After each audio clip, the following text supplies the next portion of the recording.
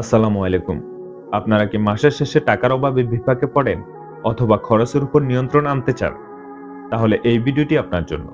আজ আমি শেয়ার করব খরচ কমানোর কিছু কার্যকর উপায়, যা আপনাকে সঞ্চয়ে সাহায্য করবে এবং জীবনকে আরো সহজ করবে। আসুন দেরি না করে শুরু করা যাক।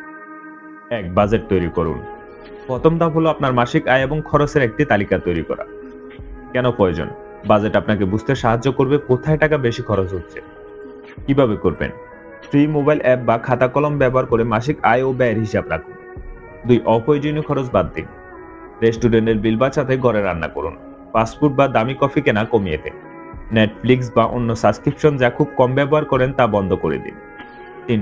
ডিসকাউন্ট ও কুপন ব্যবহার করুন। আপনার পছন্দের জিনিস কিনতে ডিসকাউন্ট বা কুপন ব্যবহার করুন। উদাহরণস্বরূপ ফেস্টিভ্যাল সেল, অনলাইন কুপন বা লোকাল মার্কেট ছাড় অফার। প্রয়োজনের বাইরে কিছু কিনবেন না। ৪. বিদ্যুৎ ও পানি খরচ কমান। যখন ব্যবহার করছেন না, লাইট, ফ্যান বা এয়ার কন্ডিশন চালু রাখবেন না। পানি অপচয় বন্ধ করুন। এভাবে ছোট ছোট অভ্যাস বড় সঞ্চয়ে রূপান্তরিত হবে। ৫. ক্রেডিট কার্ড ব্যবহারে সচেতন হন। ক্রেডিট কার্ড ব্যবহারের আগে ভাবুন, এটি কি জরুরি? অপ্রয়োজনীয় খরচ কমাতে ক্রেডিট কার্ডের বদলে ক্যাশ ব্যবহার করুন। ৬. মাসিক সঞ্চয়ের অভ্যাস গড়ুন। প্রতিদিন ১০ থেকে ৫০ টাকা সঞ্চয় করুন। দীর্ঘমেয়াদী বিনিয়োগ করুন, যেমন সঞ্চয়পত্র বা মিউচুয়াল ফান্ড। ৭. পুরনো জিনিস পুনরায় ব্যবহার করুন। পুরনো জিনিস ফেলে না দিয়ে সেটি পুনর্ব্যবহার শুরু করুন। উদাহরণ, পুরনো পোশাক থেকে বালিশের কভার বানানো। ৮. বাজার করার সময় তালিকা তৈরি করুন। অপ্রয়োজনীয় জিনিস কেনা বন্ধ করুন।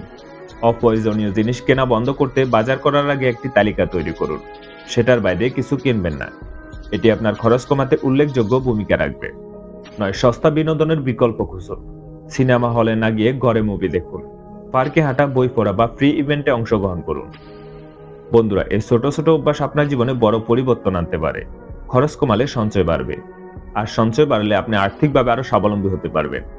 যদি এই টিপসগুলো আপনার ভালো লেগে থাকে তাহলে লাইক করুন, কমেন্ট করুন আর সাবস্ক্রাইব করতে ভুলবেন না। আর বন্ধুদের সঙ্গে শেয়ার করুন, যাতে তারাও উপকৃত হতে পারে।